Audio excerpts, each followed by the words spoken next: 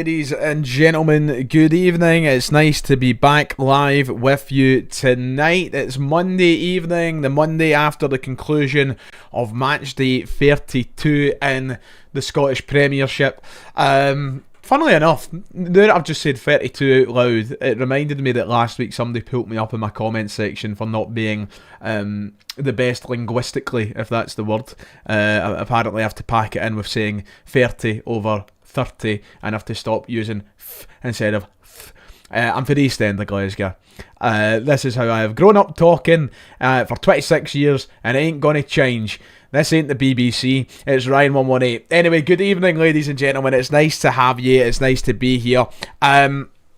We have a little bit to cover. There isn't much in the way of news. Over the last hour, there's actually a couple of transfer-related stories that have broke. You might have seen that Martin O'Neill was spotted down south this evening watching an English Championship game. We'll come on to that later in the stream. But I think mostly the reason that I wanted to stream tonight, and one of the reasons that I wanted to come on here, was so that we could sit down and basically digest everything from the weekend. So that we could sit down and discuss the ramifications of the Premiership results this weekend. Celtic have somehow, after yesterday's performance, closed the gap at the top of the table, and this title race is going to go down to the wire. We're in, it's as simple as this. We are in the midst of one of the potentially greatest title races you're going to see in Scottish football.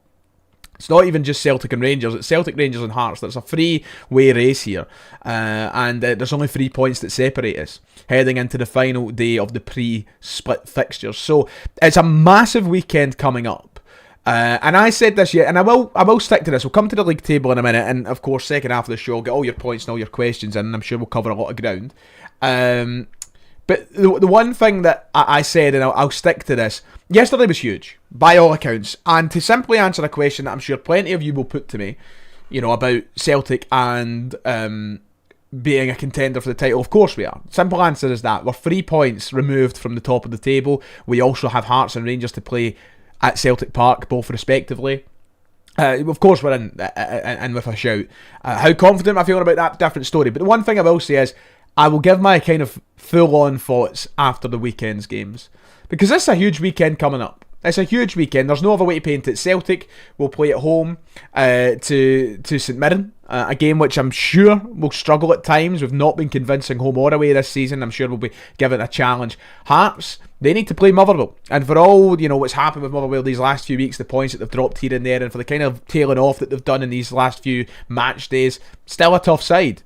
And Rangers, well, they need to go away to Falkirk. And if I remember rightly, the last time that Rangers were away to Falkirk, they ended up chasing their manager in a car park. So, different times, where we've gone from, last week to 2 weeks ago to months ago, this season has been all about unpredictability. And there has been no way to tell how things are going to go. But it's crazy because by the end of this weekend, and this is why I'm saying I'm going to hold back my full-on opinion of our chances. Call me a shite bag all you like. But by the end of this weekend, Celtic could be top of the league. It's as crazy as that, because it's not out of the realm of possibility that Hearts and Rangers lose this weekend and Celtic win. And to flip that, it's not out of the realms of possibility that Hearts and Rangers win this weekend and Celtic lose.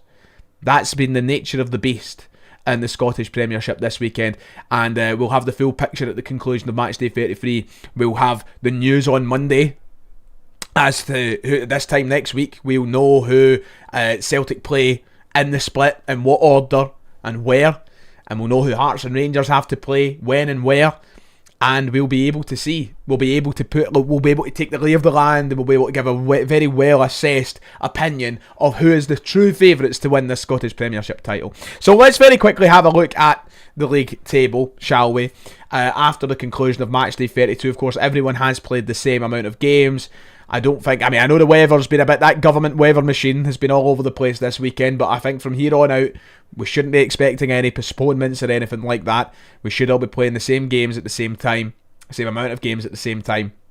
Celtic are now, of course, as I said, 3 points removed from the top of the table. The one thing that is going to hurt us this season, and I don't see any way of recovering it because we can't win games convincingly, is the goal difference. We're behind Hearts, we're behind Rangers. I think there's a chance you could topple Hearts eventually in terms of goal difference, but in regards to Rangers, I think they're maybe just a wee bit too far ahead of us right now. But we've got to win the league on points. We've got to be... Look, it's crazy because picture this. If we were on match day 36 right now and this is how it looked, and the last two games were Hearts and Rangers, Celtic would win the league if they won both games. So... it's a very... Or I think they would anyway. It's a very close... tightly contested remaining 6 games to go, and I'm sure we're all feeling the nerves a little bit. Martin O'Neill spoke about his his opinions of the game yesterday, and he even had his own doubts answered. And I think there's one thing that yesterday done that was helpful in terms of how we view Celtic right now, and that was maybe give us that encouragement that we can still win these games late on and whatnot, because after Dundee United it felt like a lot of our energy and a lot of our belief in this team had went down the toilet pan, and I think Martin O'Neill was even pretty honest about that. Martin O'Neill came out and said that he challenged the team to reinvent their character after the Dundee United game, because even for him, the first time in a long time, he had to question whether or not the team really wanted it. These are Martin O'Neill's exact words, by the way. He said, for the first time a fortnight ago, I had to question whether we really wanted it. Forget about the pitch just in the second half. I feel like we didn't show an appetite to win the game. You have a fortnight to think about it, so we've come in with the renewed determination, try to get in front today and try to naturally take the game away from Dundee. We did that today, and we're still in it, and we have a lot to ponder. Did we reset our attitude? Absolutely, I think we did, and I think that was to do with the way that we approached the game right from the off. So, Martin O'Neill has answered the question about his own doubts in the team, and I don't blame, I think that we were all very harsh, and rightly so, right? This is kind of one of the points I do want to touch on before I open up the floor and whatever. But one of the points, I think we were all very critical of Callum McGregor after his comments following Tannadice, and I think we were rightfully critical. I mean, that comment of saying we need to win 5 or 6 games didn't sit well with me, because the fact of the matter is that we need to win 7 out of 7, nothing less.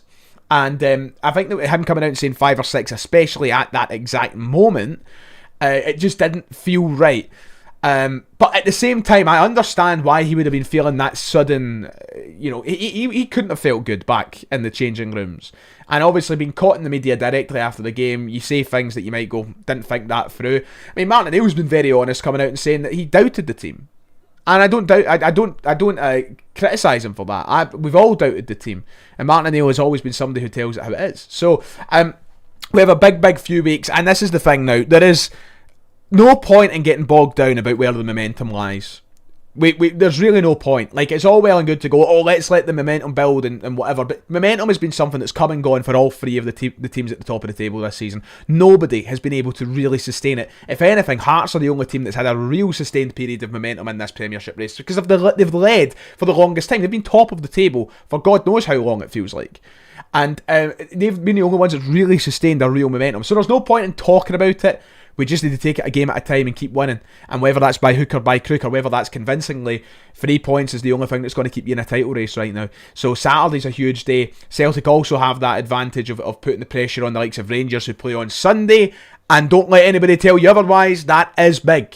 And it will be vice versa when it's the other way about. When Rangers play on the Saturday and we play on the Sunday in the split fixtures, they'll have the chance to put the pressure on Celtic, just like they had the chance to put the pressure on us this past weekend. But now it's our turn. Let's make Rangers slip up. Let's make the other teams slip up around us, and let's try and capitalise on every opportunity we've got. It's a huge weekend coming up, and we'll focus on it a game at a time. I do want to get you all involved, and don't worry, I'm going to very soon. There's a couple of transfer stories in the news tonight, which I was not expecting. I think that transfers are the last thing on my mind right now as a fan. I think for the majority of us, transfers are the last things on our mind as well. However, there has been a couple of stories reported over the last hour or so, and one of them was, actual in-the-flesh scouting done by Martin O'Neill. Because if we flick it over, this was the article from the Lancashire Post. Martin O'Neill was spotted at a championship fixture today. Of course, they were playing their Easter Monday fixtures, and the photos have been shared of Martin O'Neill at the game. Now, in this article specifically, we don't have the photos, but trust me, the photos do exist. By the way, huge shout out to Adam, by the way, I believe, who has gifted a gifted memberships. It's not popped up on my screen for some reason.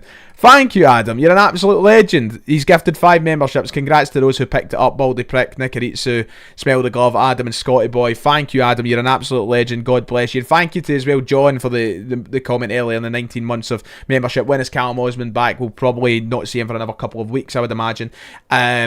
Yeah, so listen, I need to go over this story very quickly. As I said, I'll get to the questions and answers in a moment. Martin O'Neill was spotted this afternoon watching Preston North End against Queen's Park Rangers down in Preston. And there's been speculation over who he could potentially be watching, but he was down there. I think it was with Sean Maloney, and apparently there's a couple of players that he could be watching. Now, there isn't anything concrete to suggest who the players are that he is down there to watch, definitely, but apparently he was joined by Mark Fotheringham and could have been there to watch the likes of Alfie Devine, who I think Celtic have been linked with in the past, Lewis Dobbin as well, whose name I believe has come up in the past, 2 young lads on loan from Tottenham Hotspur and Aston Villa respectively. There's also other players involved with both teams who could potentially be of interest to Celtic. Nothing concrete to suggest who they are. However, the big thing I think from the story and from saying that Martin O'Neill is down there is I think that I think it kind of reinforces the point that we spoke about on the channel the other day, and I'm not going to come out and say confirms it, because it confirms nothing, and I don't have any insider knowledge to claim that it confirms anything. But I think that the fact that him and Fotheringham are down there, and in particular Martin O'Neill, I think maybe does bring back that point of, I think he will be here next season in some capacity. Now, the comment section of that video I done was actually really, really interesting. Because, there was a lot of people who were like, yeah, absolutely, let's keep him. But there was a lot of people who were very brutal about it and saying they don't want Martin O'Neill anywhere near the club in the summer. I think short term having Martin O'Neill in an advisor role is something I'm all for, but I'm not passionately for it, and I'm not passionately against it either. I'm very indifferent to it, but I think that we need footballing minds around the club, and as long as he's got no influence on what's happening tactically or coaching wise, that Martin O'Neill has done enough at this club to merit being there in some footballing capacity if it's to help, even if it's just in the short term. So I think it kind of reinforces the point, because why would he be scouting? It's not as if Martin O'Neill is going to be signing anybody for us next year as a manager, unless we're going to get a shock story saying that he's staying on for another year as a coach. But I think it does raise the point, why would he bother if he's not going to be here anyway? So that's an interesting one. We'll see in the next few weeks if we get linked with any of these players that play for either Preston or Queen's Park Rangers. But we know that Celtic had a definite interest in someone. Otherwise, why would he waste his Easter Monday down watching that? We'll see. There was also another transfer story. This is the last thing I'll come to before we get into the Q&A side of things. I've seen a couple of people mention it in the chat already, and don't worry, I know the news. I actually got a message of my good friend Michael, who wrote the article before the stream, telling me that there was potentially some news in regards to this. Michael, if you're watching, I was setting up the stream as you've messaged me, so I've not had the chance to reply to you, brother. But Michael Shearer of Seltzer here wrote an article not too long ago, I think this came out in the past hour, saying that Celtic have apparently reopened Miguel Chaiwa transfer talks after the interest that was discussed in January. Now, of course, this is once again one of these stories that it comes through sources. Whether the sources are right or not, we'll wait and see. But Seltzer here are reporting that there's an understanding that initial negotiations were held during the winter window, but no agreements were reached, and apparently talks could be back ongoing. Further contact between the clubs has taken place in recent weeks, apparently suggesting Celtic remain interested in bringing him to Glasgow. While there is still no agreement in place, the dialogue between both sides is still going. It's understood that he's open to joining Celtic with the opportunity to step into the squad competing at the top end of the Premiership and in European football. Sees it as a natural step in his development. Of course, he's only 21 years of age. We've seen him play against Celtic a couple of times now. We're no stranger with the name Miguel Chaiwa, and of course January I was really expecting him to come through the door at some point. I've been quite honest about Miguel Chaiwa and saying that I don't think he's amazing. He's not a must-have for me. I think there's other players in the Scottish Premiership that I would prioritise over Miguel Chaiwa, but it'll be interesting to see what happens. Now, the thing that I'll come back to, and it's a point that we've discussed a couple of times, is that the rebuild could potentially be so extensive this summer. We should be getting rid of so many players that there is going to be a little bit of just getting bodies through the door to start off, because we don't know when the next manager's going to be in. We don't know when the permanent appointment will be made. So, it's all well and good sitting here and going like, we need a manager to come in and conduct this rebuild and all this kind of jazz. But I think that I think that, a manager needs to come in with some players. And if we're getting rid of that many, then we're going to need to build a squad of players that might not necessarily be signings for the next coach, depending on how long it takes them to get through the door. So I'm not going to say I'm totally against the signing of Miguel Chaiwa. He's certainly got qualities. He's maybe the kind of midfielder that a lot of people would want in this Celtic squad right now. I think that we lack in this Celtic squad right now. But I also think that there's definitely better players out there. I'm not completely sold on Miguel Chaiwa, if you're asking for my honest opinion, but I don't think he's necessarily a bad player either. So yeah, a couple of transfer stories doing the rounds this evening. Of course, that one there that we've discussed, Martin O'Neill and Mark Fotheringham spotted down at Preston this evening or this afternoon for that championship game. And I wonder how many of these kind of transfer stories that we'll get floating about between now and the end of the season. We have a lot more to focus on though. And I just want to know that we're winning a league title before we start signing any players, to be quite honest. Right, on that note, you know what time it is. It's time to get you all involved with the stream. I want to get all your questions and I'll give you my answers, whether that's in relation to the Scottish Premiership title race, whether that's in relation to these transfer related stories or whatever else. Get yourself ready. As always, thank you to all the sponsors who make these streams possible. I'll be back in a minute or so and we can get cracking with the knacking. So stay right there. Don't go anywhere. We'll be right back. When was the last time your boiler had a health check? Cairns Heating Solutions are trusted local heating experts based in Coatbridge and serving homes across Lanarkshire and the surrounding areas. Right now, they're offering a comprehensive boiler health check for just £60, including full safety and efficiency tests. And with the weather starting to warm up, now's the best time to get ahead of the game. Book your new boiler installation while demand is lower and your system will be ready to perform when winter returns. They have boilers to suit every budget, starting from £1,500, supplied and fitted with manufacturer warranties ranging from 5 to 10 years. To book your appointment, call 01236 338 448 or email cairnsheatingsolutions@gmail.com today. Cairns Heating Solutions, reliable heating, locally delivered. And we are delighted to be supported by fellow professional within our community, Craig M. Bush, Independent Financial Advisor. While we focus on the 90 minutes on the pitch, Craig focuses on the next 30 years of your life. From independent pension advice to strategic wealth planning, he's here to ensure your financial legacy is as strong as our club's history. You can grab a free initial consultation with Craig today to see how he can help you keep more of what you earn. Check out the details below. Your capital is at risk. The value of investments can go down as well as up, and you may get back less than you invested. Tax treatment depends on individual circumstances and may be subject to change in the future. Craig M. Bush is an independent financial advisor with Money Advice and Planning Limited.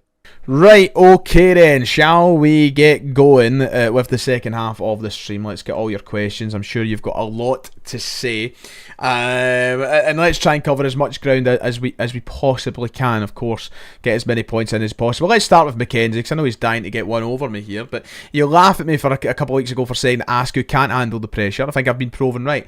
And look, I think there's an aspect of that which is definitely true, but I think you've also got to remember that Askew, for the longest time this season, and all season up until these last few weeks, has well overachieved with Motherwell. Motherwell were not expected to be a side that were competing for, top four.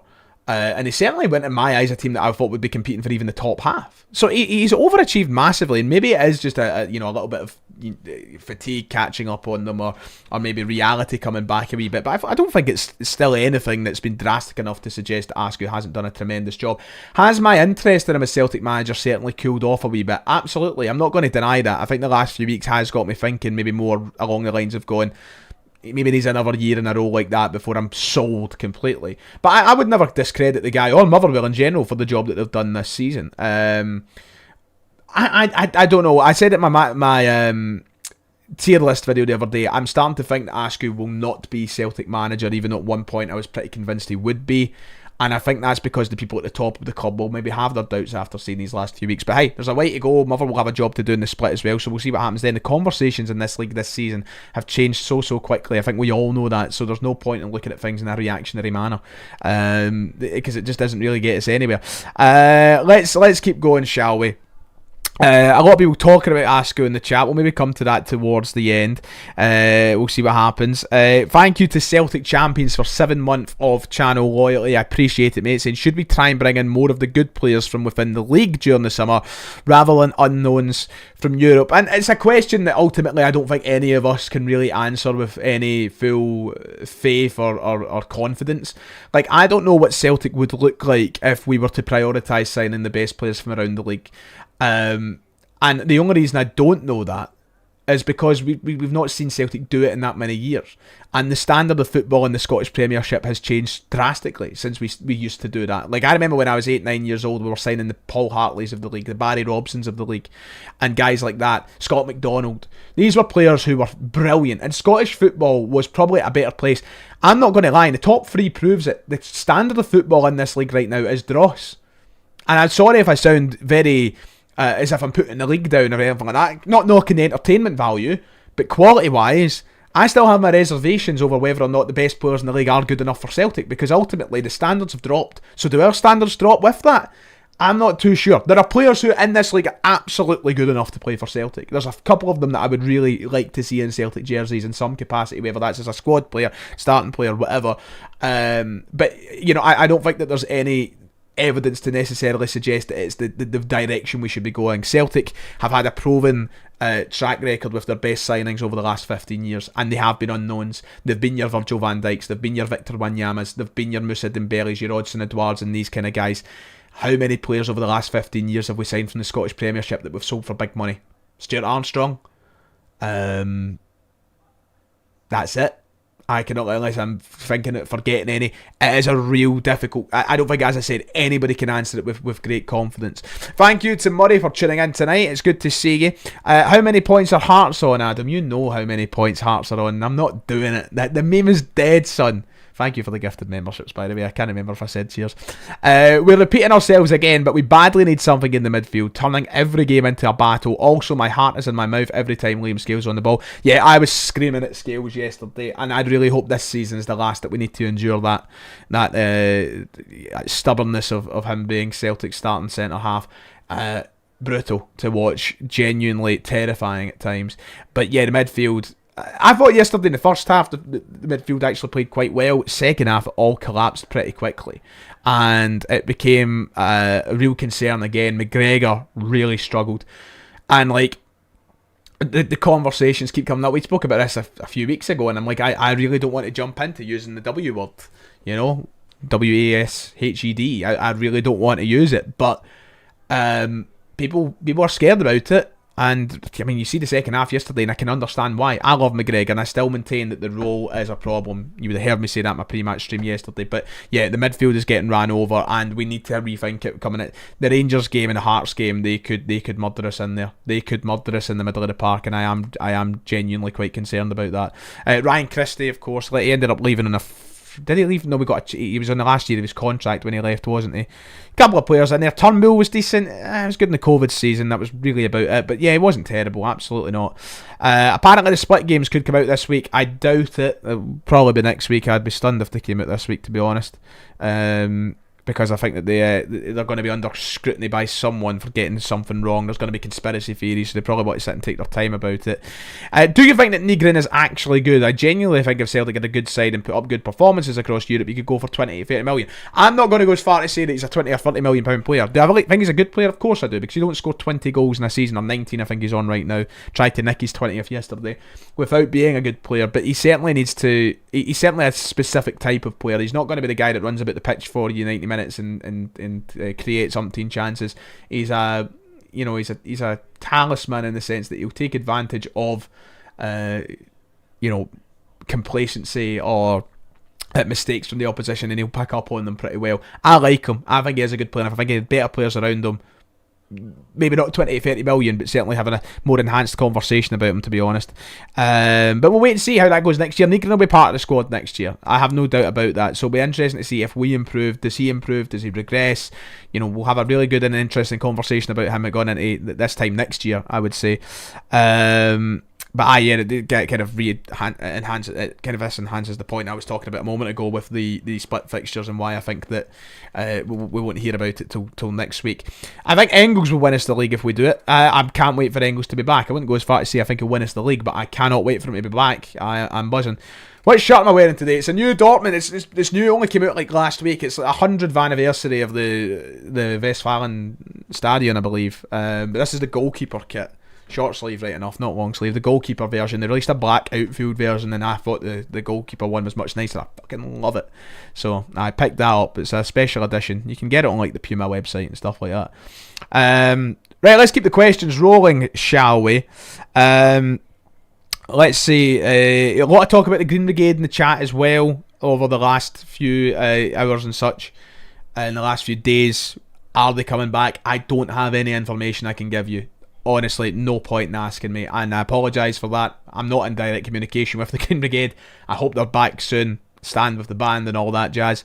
But I don't have any information, sadly, so there's no point in asking me. Nathan, it's good to see you, brother. How you doing? He says, on a scale from 1 to 10, how optimistic were you with Ralston and McCowan standing to get subbed on at 1-0 with 20 to go?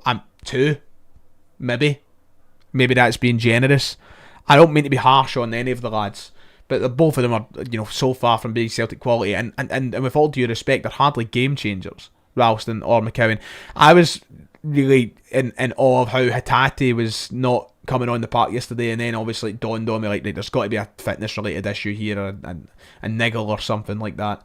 And obviously Tenecti didn't get on the park either, even though I'm not a Tenecti fan. I think he's pretty ineffective, but he has his moments.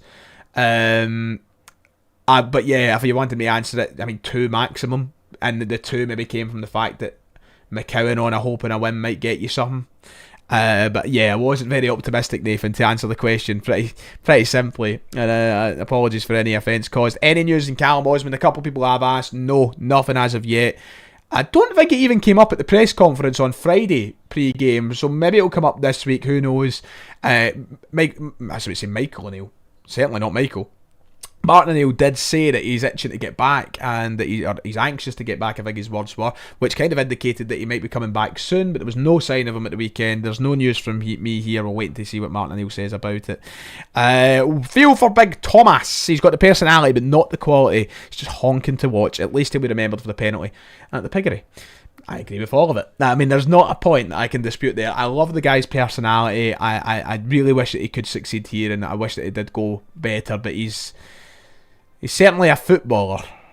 I don't know what word I would put in front of footballer, though, because he's, very, very interesting one. Yeah, the Hatate stuff baffled me as well. I see people talking about how the subs were baffling, Hatate surprising not to come on. We didn't hear anything after the game either, I don't believe, unless I missed it.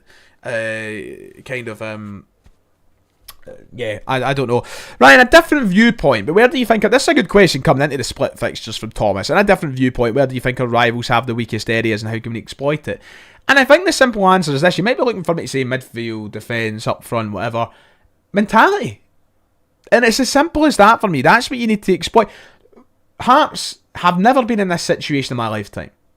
Derek McInnes has never been in this situation as a manager. And most of their players are walking into something that is just completely unique and different. This is a real testing few games for them. Rangers, well, their heads have been on Mars a number of times this season, particularly when we've managed to take points off them or beat them. I think mentality is the big thing. There's as much of a psychological battle to happen over these next 5 or 6 weeks as there is a technical battle and a quality battle.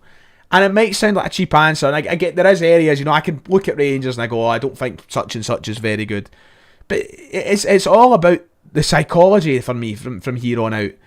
And that's why we need to do our part in these lesser games, because if we can head into the Rangers game with a psychological advantage and with putting the pressure on them, I'm not saying they're guaranteed to crumble. I'm not saying that before anybody wants me to, be clipped or anything, right? But I truly believe that if the pressure gets to them, they will. I think that they will maybe not crumble, but they'll certainly be affected by it. So that's what I would say in relation to that. How long are we into the stream, by the way? I've not even checked. I've hit the half hour mark. Right, I'll do 5 more minutes. Let's try, because there's loads of questions. Thank you for all joining me. There wasn't an awful lot in the news today, and I thought we'll get the stream done, the weekly stream done nice and early this week, and get that kind of discussed and whatnot. Let's see. Do you think that Luke McCowan should be here next season? No, to be perfectly honest with you. What is my ideal split fixture list? I'm one of these boring people, and if you just want my honest answer to that, I'm boring. I don't care.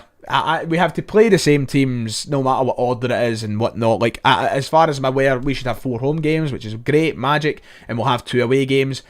By the looks of it, there's a really good chance that one of those away games will need to be match day 38. But in my opinion is, look, you've got to win them all anyway, so just give me them in whatever order it need be. I wouldn't want to be going up against Hearts or Rangers on the midweek game, and of course it won't be Rangers anyway. They're never going to schedule that in the midweek slot. I think that'll be one of the kind of quieter games. But listen, you've got to play them all. You've got to play them all, and that's that.